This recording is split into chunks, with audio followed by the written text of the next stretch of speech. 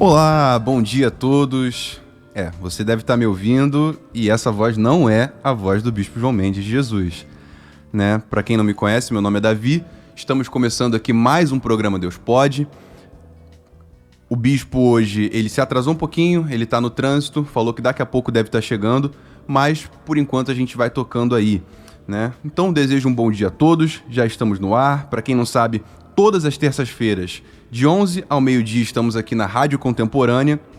Você que nos ouve, você que nos acompanha pelo Facebook, pode ouvir pela rádio também, 990M. E você que nos acompanha pela rádio 990M, também pode nos ver aqui no estúdio através do Facebook Bispo João Mendes de Jesus, tá bom? Então, desejo um bom dia a todos aí, um feliz dia 31 de agosto. Hoje é 31 de agosto, agora são 11h05 da manhã.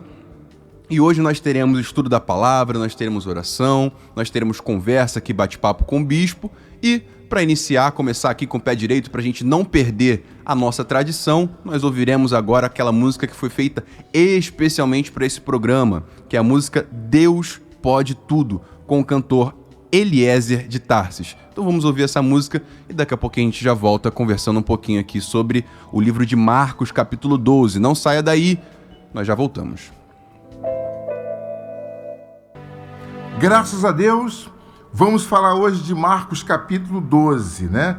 O Deus Pode de hoje traz essa reflexão com os nossos convidados de hoje. Estamos aqui o pastor Paulo César. Paulo César também, como sempre, Davi Cardoso. Aqui estamos. E o Sidney, que está sempre acompanhando conosco aqui o programa, que é um companheiro de todas as horas. Gente, Marcos capítulo 12, eu vou começar a leitura. Como você sabe, nós fazemos leitura total do capítulo, né? Capítulo do 1 até o que der. Cadê o capítulo final aqui do hoje de Marcos? É grande, hein? Vai até o versículo 44. Eu vou ler todos os versículos e vamos comentar todos. É bom que você acompanhe a programação agora, então, quando tiver um tempinho. E essa aqui vai ficar gravado para podcast, está no Spotify, também está no YouTube, né? Sim, senhor. Né? E também teremos cortezinhos. Tem os cortes também. Os melhores também. momentos. E hoje tem Facebook também? Estamos no Facebook, tá no Facebook senhor. Também? E no YouTube também? Sim, senhor. Tudo de uma vez? Tudo de uma vez. Então, arrebentou. Completo, pacote completo. É assim, bom dia, pastor Paulo. Muito bom dia. Não, bom dia, não, é bom dia. É bom dia. É bom dia. Ainda, agora é bom dia, mas depois é boa tarde. É isso aí, muito bom dia, Bispo João Mendes, muito bom dia aí, amigo Davi, né? Sim, senhor. Nosso grande companheiro Sidney aqui na operação aqui da nossa rádio. É uma satisfação imensa e eu tenho certeza, Bispo João, que nós vamos estar ajudando muitas pessoas nesse momento, porque a palavra, ela alimenta. Sim. A palavra, ela fortalece. E há, com certeza, pessoas que estão nos ouvindo e que precisam de uma palavra amiga, de uma palavra de força, de consolo. E eu tenho certeza que vai ser muito produtivo esse encontro. Vamos bater um papo sobre essa mensagem e você vai acompanhar conosco. Deixe seu comentário também aí nos comentários do Facebook. Pode mandar também os seus nomes para a oração. Se você quiser, ao final, vamos fazer uma oração consagrando a água. Tenho aqui um copo de água comigo. Vamos consagrar a água e vamos beber desta água para que as forças do Espírito Santo, né, e exatamente entronizada nesta água, venha trazer saúde para todos nós. Bom, gente, vou começar a leitura aqui. Capítulo 12, versículo 1 diz assim: E começou a falar-lhes Jesus, né, por parábolas. Um homem plantou uma vinha e cercou-a de um valado. Fez uma vala em volta da vinha e fundou nela um lagar, e edificou uma torre, e arrendou-a a uns lavradores, e partiu para fora daquela terra. E chegando o tempo, mandou um servo aos lavradores, né, a que ele tinha confiado a vinha, para que recebesse dos lavradores o fruto daquela vinha. O resultado, ele é como se fosse um arrendamento. Eu falo sobre isso. Mas estes apoderando-se dele, o feriram e o mandaram embora vazio. Quer dizer, não deu a mínima para aqueles que foram lá buscar o resultado. Quer dizer, o homem mandou os servos buscar o resultado, mas os lavradores não deram a mínima. E tornou a enviar-lhes outro servo. E eles, apedrejando-o, o feriram na cabeça e o mandaram embora também, tendo afrontado. E tornou a enviar-lhes outro, e a este mataram, e a outros muitos, dos quais a uns feriram e a outros mataram. Tendo ele, pois, ainda em seu filho amado, enviou também a estes por derradeiro, dizendo: ao menos terão respeito ao meu filho. Não respeitaram os meus servos, mas o meu filho pode ser que eles respeitem. Mas aqueles lavradores disseram entre si: este é o herdeiro, vamos, matemo-lo, e a herança será nossa. E pegando dele, o mataram e o lançaram fora da vinha. Que fará, pois, o senhor da vinha? Virá e destruirá os lavradores e dará a vinha a outros? Esse é o questionamento. Veja que palavra, que história. Não, quer dizer, Pastor Paulo, eu estou aqui lendo e tentando processar o que está acontecendo aqui. Há um comentário aqui na Bíblia do Bispo Macedo, diz assim: a parábola dos vinhateiros ou dos maus lavradores tem clara referência à parábola da vinha má, que está lá em Isaías capítulo 5, versículo do 1 até o 7. Você pode depois acompanhar aí calmamente. O proprietário da vinha representa Deus, e a vinha simboliza Israel e o seu povo. Os servos do dono eram os profetas enviados várias vezes pelo Altíssimo. Eles estavam encarregados de receber os frutos da vinha. Porém, como não havia nada para lhes apresentar, os maus lavradores os maltratavam e até os assassinavam. Isaías e João Batista foram exemplos disso. Por conhecerem a história, certamente os sacerdotes e os escribas compreenderam as alegorias utilizadas pelo Senhor Jesus, que atribuiu a eles o papel dos cultivadores perversos e a culpa pela esterilidade espiritual da nação. Assim, por ver que os seus servos haviam sido ultrajados, o Todo-Poderoso enviou o seu próprio filho, o Filho amado, por considerar que, dessa forma, eles o respeitariam. Versos 6 e 8. No entanto, também rejeitaram a oferta de Deus, pois o próprio Senhor Jesus foi mal recebido e desprezado. O problema é que aqueles que fizeram isso estavam desdenhando da última chance que tinham. Essa parábola trazia revelações proféticas sobre a rejeição, morte e ressurreição do Messias. É muito forte, Bispo João, até porque a parábola é uma história que ilustra, né, que nos traz um ensinamento muito profundo. É uma alegoria, né, como o senhor bem disse. Uhum. E aqui nós entendemos que Deus, ele sempre, desde o princípio, ele planejou a salvação através da vinda do seu Filho. Toda a Bíblia, ela fala a respeito do Senhor Jesus. E os profetas, eles vinham e anunciavam a vinda do Messias. Alertavam o povo de Israel sobre essa vinda do Mestre, daquele que traria a paz, que traria a salvação, não só para Israel, mas para os povos. Mas eles se recusaram, não entenderam, rejeitaram os profetas, mataram, queimaram os profetas, e veio o próprio Filho e também o mataram. Enfim, não deram ouvidos, não tiveram entendimento espiritual daquilo que Deus ele queria fazer e queria realizar. Não é isso? Pastor, eu tava pensando em algo aqui também. O que o senhor falou faz muito sentido. Não sei se o que eu vou falar faz algum sentido, mas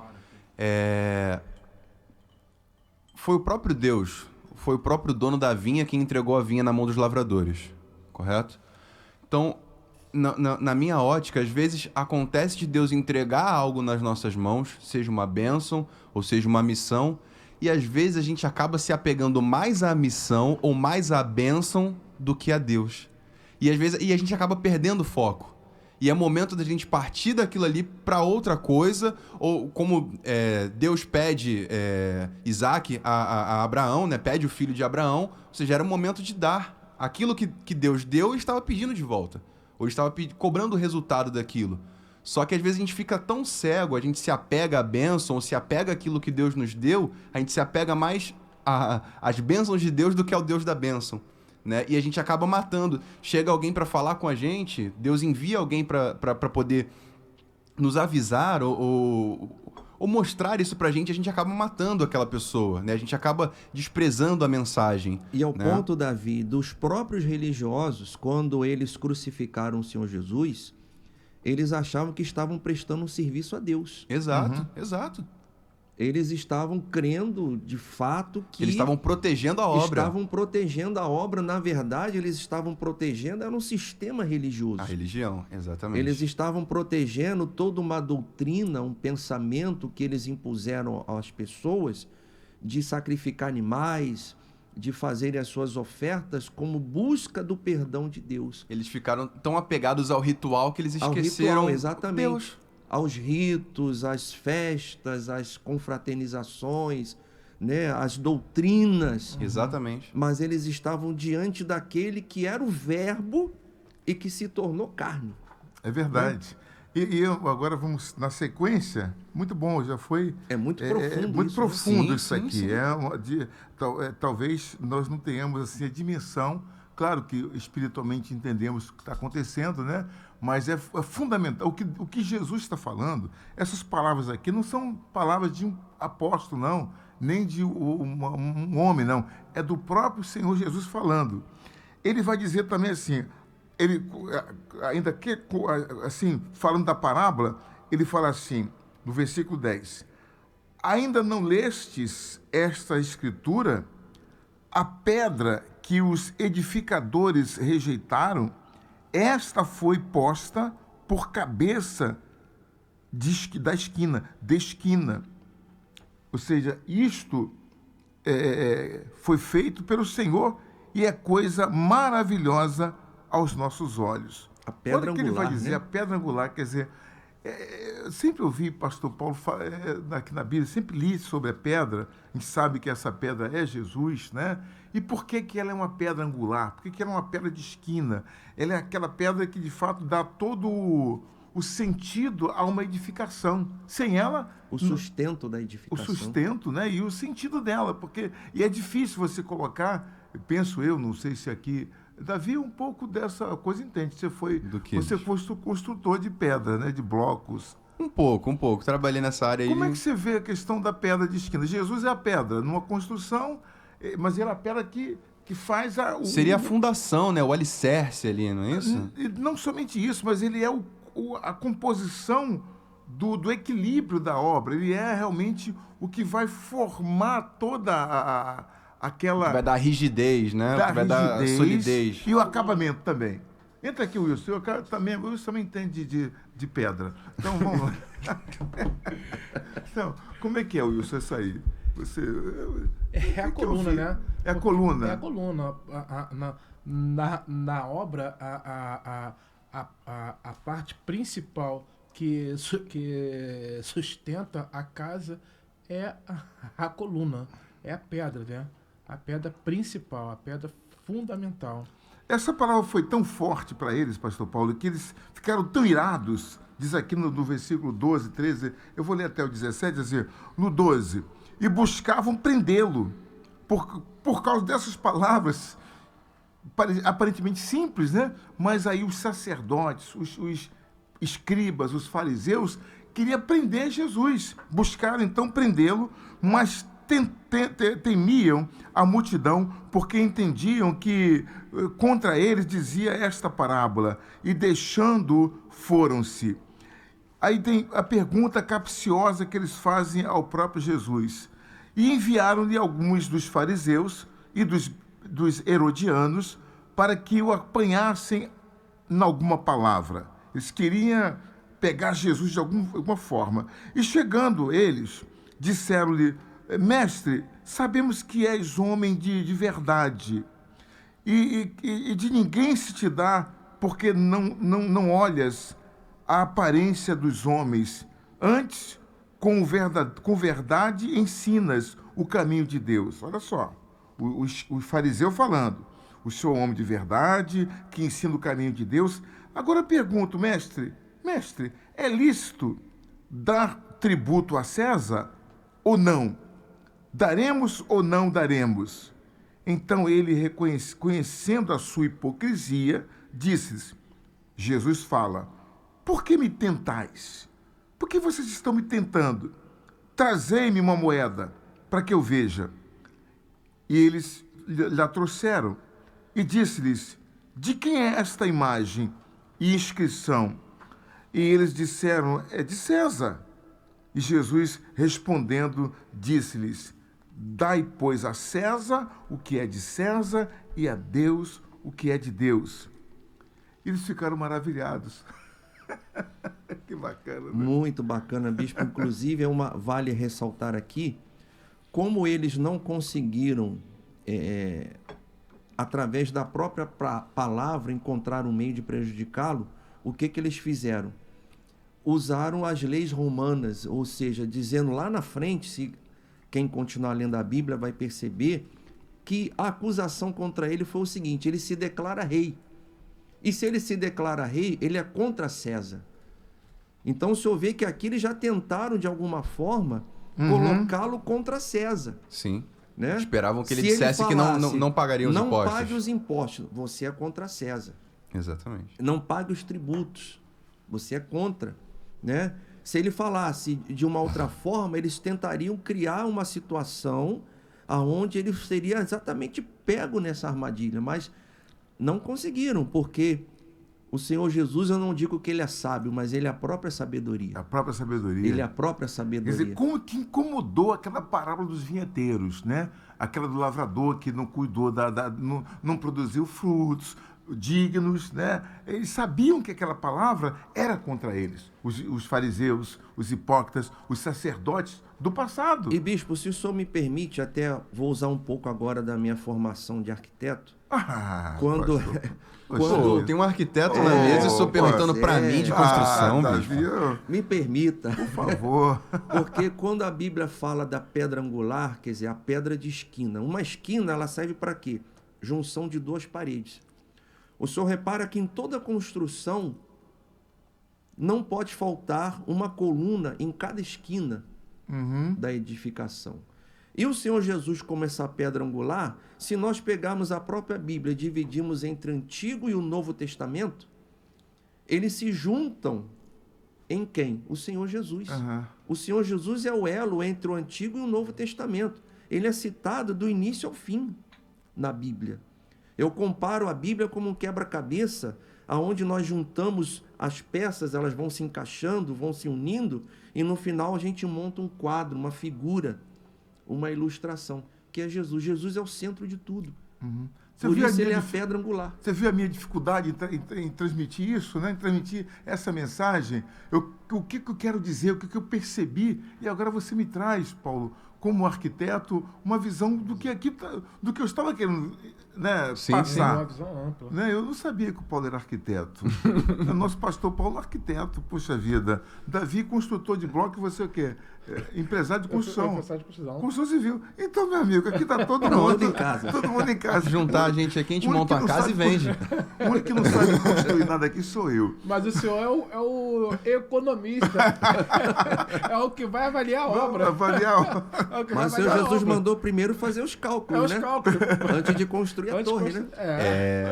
Então Jesus mandou parar a bola. E tirar a trave. E tirar a trave. Vamos ao intervalo e a gente já volta continuando com o nosso estudo.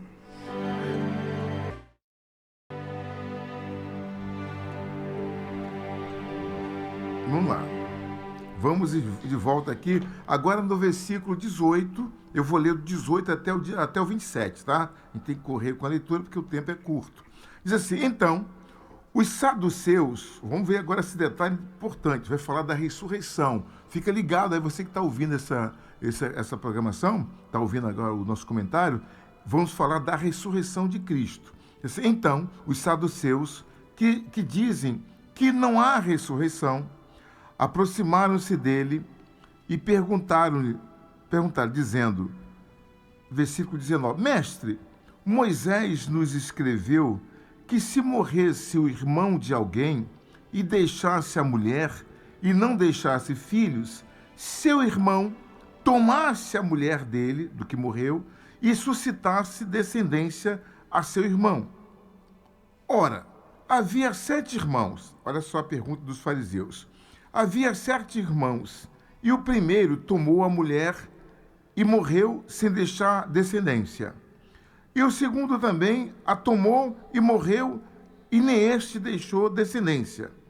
E o terceiro da mesma maneira. E tomaram-na os 7, sem contudo terem deixado descendência. Olha só que tipo de cabeça, né? Os 7 irmãos que morrem tem a mesma mulher e não tem filhos. Onde vai a criatividade desses caras para tentar pegar Jesus? Para tentar pegar Jesus. Finalmente, depois de todos, morreu também a mulher. Aí morreu a mulher agora. Na ressurreição, pois, quando ressuscitarem, eles não acreditavam na ressurreição. De qual destes será a mulher? Porque os 7 a tiveram por mulher.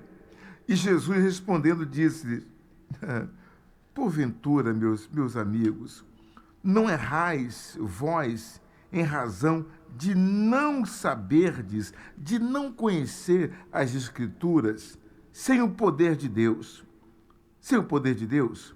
Porquanto, quando ressuscitarem dentre os mortos, nem casarão, nem se darão em casamento, mas serão como os anjos que estão nos céus. E, acerca dos mortos que houverem de ressuscitar, não tendes lido no livro de Moisés também, como Deus lhe falou na sarça, dizendo, eu sou o Deus de Abraão, o Deus de Isaque e o Deus de Jacó? Ele não é o Deus de mortos. Ele não é Deus de mortos, mas Deus de vivos. Por isso, vós errais muito em não conhecer as Escrituras. Mais uma vez, bispo, a gente volta àquela tecla, né? Eles eram extremamente doutrinados e colocaram a doutrina acima da palavra, a doutrina acima da fé. E é o que nós temos visto hoje, infelizmente. O senhor vê, por exemplo, o que está acontecendo no Afeganistão, né? Em nome de uma fé, né? Aquele grupo chamado Talibã. A gente vê, por exemplo, os muçulmanos que colocam uma bomba no corpo e explodem o próprio corpo. Eles acreditam que estão cultuando o Deus deles, né? Estão seguindo lá o Alcorão, estão seguindo as doutrinas. E as doutrinas acabam afastando as pessoas da verdadeira fé, né? Do centro da fé, que é o próprio Deus, que é o Senhor Jesus, o Filho, crer no Filho como Salvador, né? Então aqui mais uma vez, aí o senhor veja que os saduceus, dizendo não crer na ressurreição, Sim. vieram com o Senhor Jesus, né? Tentando colocar de novo uma armadilha, tentando apanhá-lo em alguma palavra, querendo usar as palavras dele contra ele mesmo, mas ele é a própria sabedoria, não teve jeito. Não teve jeito. Agora, finalizando o seguinte, não há mais casamento. Quando na ressurreição, nós seremos como anjos, na verdade. E anjos não têm sexo, não vai ter casamento. E outra coisa, Deus, o nosso Deus, o Deus de Abraão, de Isaque, de Israel, é Deus de vivos, não é Deus de mortos. Aí tem muita coisa para a gente falar, para deduzir dessa palavra? Davi quer colocar alguma coisa, Wilson? Não, só que lá no céu também ninguém vai conhecer ninguém, né, bicho? Ninguém. No céu não vai ter parente. Não vai ter mulher de alguém, Não mulher vai- de quem, não sei o que, não existe isso Não mais. existe isso. Então, quer dizer, eles erraram, até porque não conheciam, não queriam entender a questão da ressurreição. Eu vou seguir, diz assim, o maior mandamento. Agora eu vou falar do maior mandamento da Bíblia. Eita! O maior mandamento de Deus para o ser humano. Observe, versículo 28 do capítulo 12 do livro de Marcos, você que está começando a pegar agora a mensagem. Diz assim, e aproximando-se um dos escribas, que os tinha ouvido disputar, sabendo que lhes tinha respondido bem, perguntou-lhes, qual é o primeiro, então, mestre, de todos os mandamentos? Qual o primeiro mandamento? Qual o primeiro mandamento? Estavam só questionando Jesus. Uma sabatina, Uma né? sabatina, foi, parecia até o Senado aqui, sabatinando lá o nosso amigo, o nosso pastor André Mendonça. Então é o seguinte, e Jesus respondeu-lhe, o primeiro de todos os mandamentos é este, ouve Israel, o Senhor nosso Deus é o único Senhor. Ponto. Não há politeísmo, não existe outros deuses. Ouve Israel, o nosso Deus é o nosso único Deus, Senhor. 30. Amarás, pois, o Senhor teu Deus de todo o teu coração e de toda a tua alma e de todo o teu entendimento e de todas as tuas forças. Este é o primeiro mandamento, ó Israel. E o segundo mandamento é isto, semelhantemente a este, ama o teu próximo como a ti mesmo. Não há outro mandamento maior do que este. E o escriba lhe disse, muito bem, mestre, e com verdade disseste que há um só Deus e que não há outro além dele, e que amá-lo de todo o coração e de todo o entendimento e de toda a alma é de todas as forças, e amar o próximo como a si mesmo é mais do que todos os holocaustos e sacrifícios. E Jesus, vendo que havia respondido sabiamente, disse-lhes, não estás longe do reino de Deus. Olha, rapaz, você não está longe, não. Você está tudo errado, mas você não está longe do reino de Deus. Que coisa, hein? Do reino de Deus. E já ninguém ousava perguntar a ele mais coisa alguma. É interessante, né? Interessante. Bispo? 2 mandamentos apenas, pastor Paulo. 2 mandamentos que tem que se cumprir. Lembra que eram 10? Jesus resumiu agora para 2. A cruz simboliza os dois Os mandamentos. 2 mandamentos. Né? Amar a Deus sobre todas as coisas, que é a arte vertical, e amar o próximo como a ti mesmo, que é a arte horizontal. E observe, sem a arte vertical, não existe a horizontal. O fundamento é a arte. O fundamento é a a vertical. haste, é. Sem a vertical, a horizontal não se sustenta, ela cai. Então, o importante é, primeiro, o amor de Deus. Quem ama a Deus vai amar o seu próximo.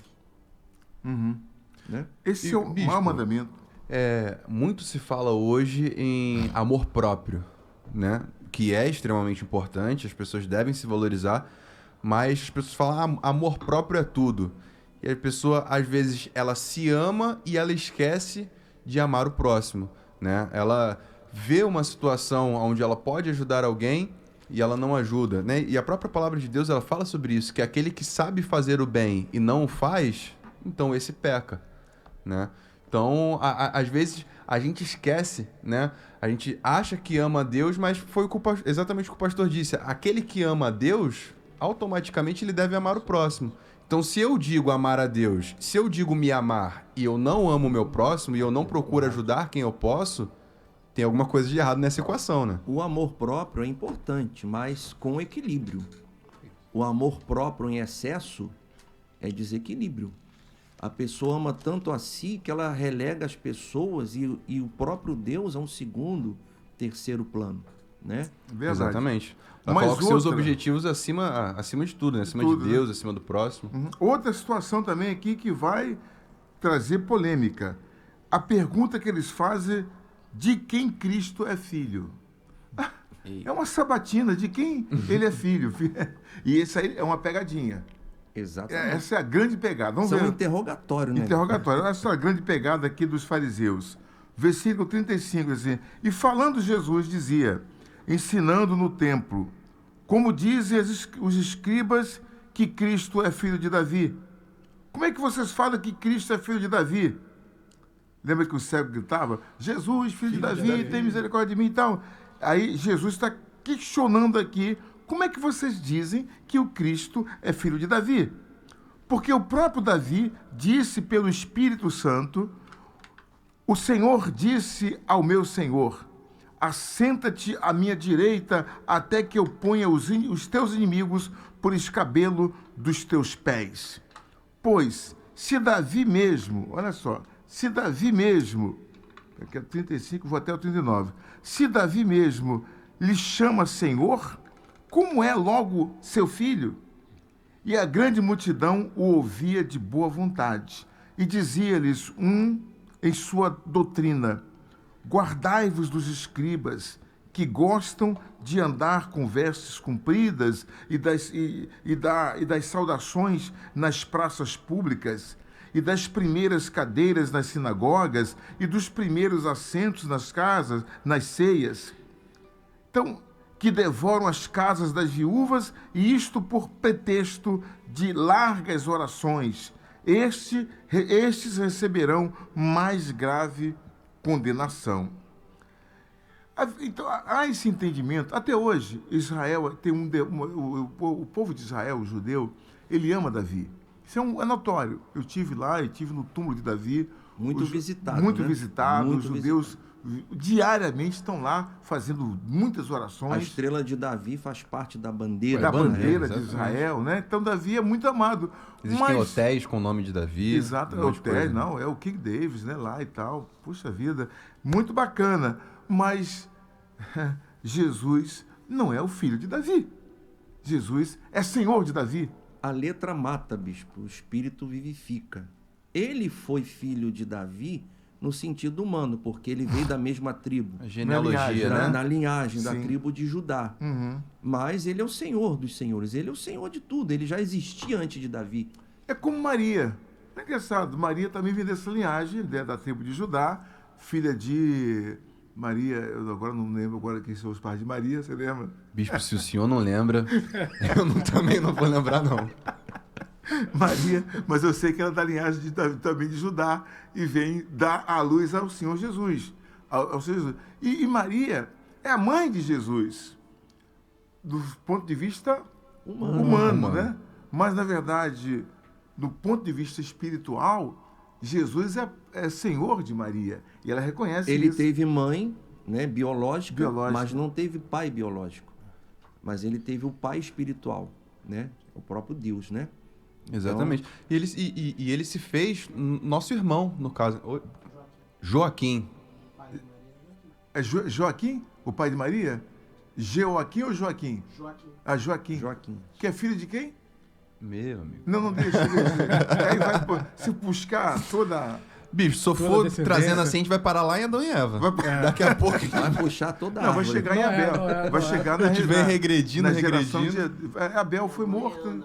A, O pai é Joaquim e a mãe é Ana. a mãe é Ana, né? Isso. Mas todos também tementes a Deus e da mesma tribo de Judá, né? Daquelas mesmas tribos ali. Então, Sidney. o Cid também é o quê? É cultura. E diga-se de bíblica e passagem, pesquisa. bispo, por exemplo, uma pessoa para ser considerada judeu, ela tem que nascer de um ventre judeu, De um ventre judeu. né? Não necessariamente de um pai judeu, né? De Não um ventre necessariamente judeu. de um pai, mas se o ventre é um É ventre judeu, judeu, aham. aquela pessoa é considerada como judeu. Mesmo que o pai não seja, né? Um judeu pode ser de outra nação, de outro país, de qualquer outra, né? Nacionalidade, né? Nacionalidade. Interessante isso, né? Então fica claro aqui o que Jesus quis dizer. Vamos ver se vai ter... Não, eles entenderam isso. Dizias então, guardai-vos dos escribas. Novamente ele fala, cuidado com os escribas, cuidado com os fariseus, porque eles gostam de andar de forma com muitas roupas compridas, se mostrando para a sociedade que eles são religiosos, né? E dar grandes saudações e tal, etc. E sentar nas primeiras cadeiras. Mas olha, eles erram em não conhecer exatamente as Escrituras. E é muito forte, bispo, Muito esse forte. discurso do Senhor Jesus, digamos assim, né? Vamos chamar de discurso, porque contrariou totalmente o sistema religioso da época. Sim. Ele veio quebrando paradigmas, quebrando tabus, aonde as pessoas tinham um entendimento que para buscar a Deus teria que ser daquela forma, teria que seguir aquele rito, teria que seguir aquela doutrina. É verdade. E ele trouxe uma nova direção. Não é assim.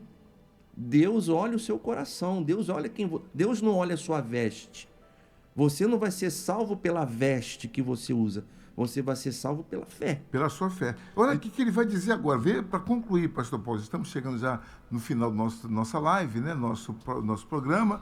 Mas é o seguinte: é a parábola da viúva pobre, que é o versículo 41. Diz assim: estando Jesus assentado defronte da arca do tesouro, pela primeira vez eu vi essa palavra aqui. Ó. Lembra isso que eu falei isso na igreja domingo? Ali no a arca do tesouro. Na verdade, a arca do tesouro é onde se coloca a oferta da igreja. Na minha tradução aqui está perto da caixa das ofertas. Caixa das ofertas, tá vendo? Então, na arca do tesouro, chama-se... Gasofilácio, né? Gasofilácio, né? Aqui a gente chama de sacola, também chamamos de quê? Alforge, né? Em São Paulo é alforge. Aí a caixa das ofertas. Caixa das ofertas, e pode na ser uma tradução. caixa também, pode ser um cesto.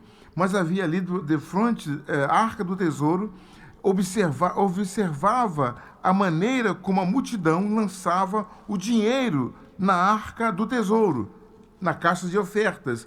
E muitos ricos deitavam muito dinheiro. Davam dinheiro, né? Dinheiro.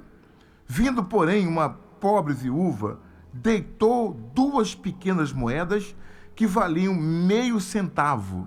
Meio centavo. Olha o que a viúva está dando. Meio centavo. E chamando os seus discípulos, disse-lhes, chamou os 12 à parte, falou assim: olha, presta atenção, em verdade vos digo que esta pobre viúva deitou mais do que todos os que deitaram na arca do tesouro.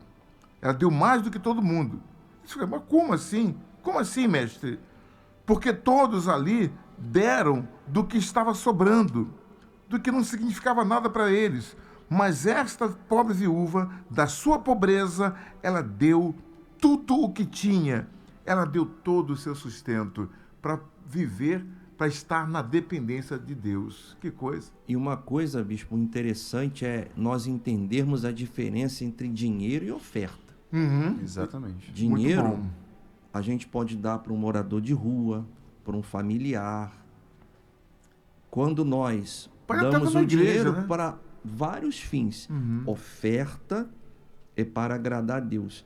Quem assistiu a novela Gênesis, um fato que me chamou a atenção foi quando Adão nunca havia feito oferta, nem Eva. Ninguém ensinou Abel oferta, mas ele disse: eu preciso agradar a Deus. E quem sabe eu agradando a Deus, talvez Deus permita que a gente volte para o paraíso. Então ele decidiu: eu vou pegar o melhor animal que eu tenho, eu vou me dedicar, eu vou escolher, não vai ser qualquer animal, não vai ser um animal defeituoso, coxo, aleijado, não. Eu vou pegar o melhor do meu rebanho e vou oferecer para o meu Senhor. Olha que coisa linda, né? Foi o que essa viúva fez. Aquele valor, embora fosse muito pequeno, ela poderia ter usado para fazer qualquer outra coisa, comprar algo para si, mas ela abriu mão para agradar a Deus. Isso chamou a atenção dele. Tem muita gente que ela fala: poxa, eu queria ter muito para eu poder ajudar. Ô, E bispo, o segredo não... Pode falar. Vai. ô, bispo, eu tô aqui lembrando que vale a pena a gente colocar aqui que quando a gente coloca a nossa oferta, é bom, bispo, lembrar aqui, todos esses que deram oferta estavam com o seu coração puro, limpo. Antes da gente ofertar, que seja bom nós estarmos com o nosso coração limpo. Foi o que o senhor pregou no domingo. Lá em Mateus 7, o Senhor Jesus fala Fala disso. isso, né? Antes, se você estiver indo ao altar e lembrar que o teu irmão, olha a espiritualidade da oferta, tem algo contra ti, deixa a oferta perante o altar. Ele não diz, leva de volta.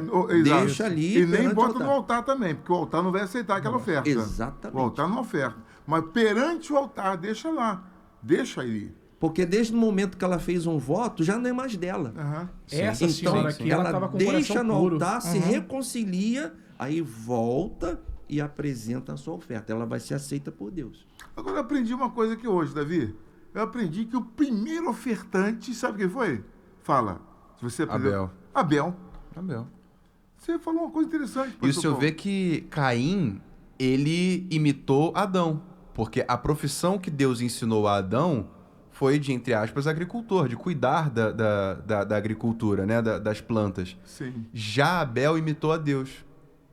Porque quando o homem sai do Éden, o próprio Deus sacrifica um cordeiro, um animal, para que pudesse vestir a Adão e Eva com a pele daquele cordeiro. Exatamente. Muito bem lembrado isso Então, aí. Abel olha aquilo e fala, cara, eu vou replicar o que Deus fez. Se foi através disso que nós fomos perdoados e poupados da nossa vida, então eu vou imitar o comportamento de Deus para tentar agradá-lo de alguma forma, né? Quer dizer, como homem, foi o primeiro a fazer essa atitude de dar a Deus algo e dar com excelência. Ele não deu qualquer coisa, ele deu o que melhor ele tinha, né? Sim. E para Deus não é nada, gente. O que é para Deus uma ovelha? O que é para Deus 1 milhão, 2 milhões? Exatamente. Mas a bilhões atitude, né? A é disposição em agradar. em agradar Exato. ao próprio Deus. Coração aberto. Isso é muito maravilhoso, né? E Jesus, então, ele Isso é uma demonstração, bispo, só pegando, isso é uma demonstração exatamente do que a gente falou lá atrás, do amar a Deus acima de todas as coisas. todas as coisas.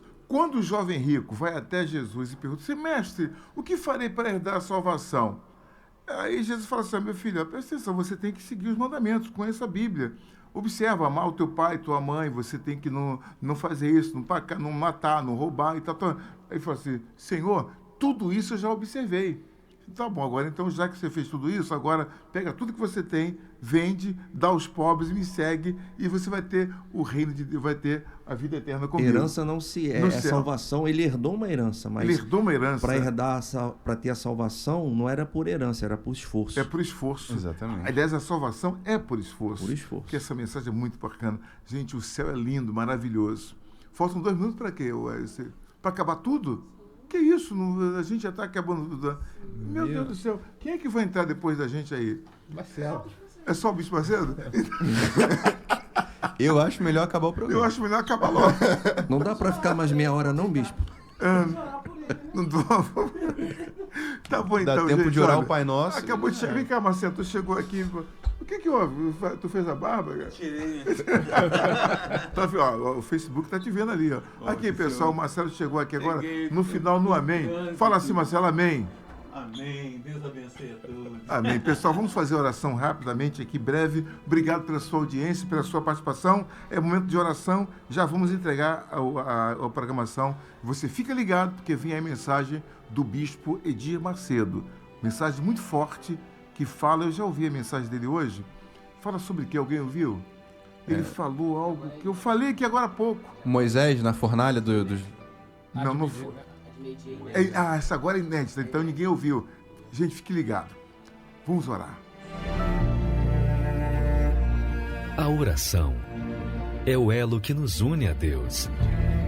Através dela, nos libertamos das cadeias que nos aprisionam, da morte que nos persegue, e encontramos a verdadeira razão de viver. É momento de oração. Vamos falar com Deus. Graças a Deus. Eu quero colocar aqui em oração, junto com meus companheiros aqui nesse momento, Pastor Paulo, Wilson, Davi, Marcelo, todos nós, o Sidney, as vidas de tantas pessoas, meu Pai, que precisam neste momento de uma intervenção do Senhor. Eu quero incluir aqui a minha irmã querida Lili, o Márcio Fiorini e toda a família, todos aqueles que mandaram seus nomes para cá, saibam de uma coisa: aquele que se aproxima de Deus deve crer que Ele existe e que se torna galardoador de bênção, ainda que morto estejamos, Ele pode fazer-nos ressuscitar. Meu Pai amado, em nome de Jesus, nós intercedemos agora por essas vidas que estão passando por lutas e dificuldades, ameaçadas de morte, atingidas, meu Deus, por uma seta do mal. Do mesmo modo, meu Pai, como ela chegou, como ela está tentando penetrar por um caminho, por 7 caminhos, que elas fujam daí. O Senhor pode cessar, como cessou a dor e a morte daquela criança, meu Deus, que com uma dor de cabeça morreu, e o profeta sobre ela orou, e ela voltou a reviver. Do mesmo modo, o Senhor também tirou do túmulo a Lázaro, que já jazia 4 dias. Senhor, onde houver morte, que o Senhor venha levar vida. No nome do Senhor Jesus, nós pedimos a tua bênção sobre todos que acompanham esta programação, em qualquer área das suas vidas, no nome do Pai, do Filho e do Espírito Santo. Senhor, também na tua presença ainda. Pedimos que o Senhor venha consagrar esta água que foi erguida aos céus. Coloca virtude nela, meu Senhor. E que ao bebermos dela, sejamos curados. Que eu seja agora abençoado pela água que beber. E os demais que oram comigo também. Nós te pedimos no nome de Jesus. E todos que creem digam amém. Amém. E graças a Deus. Que Deus abençoe.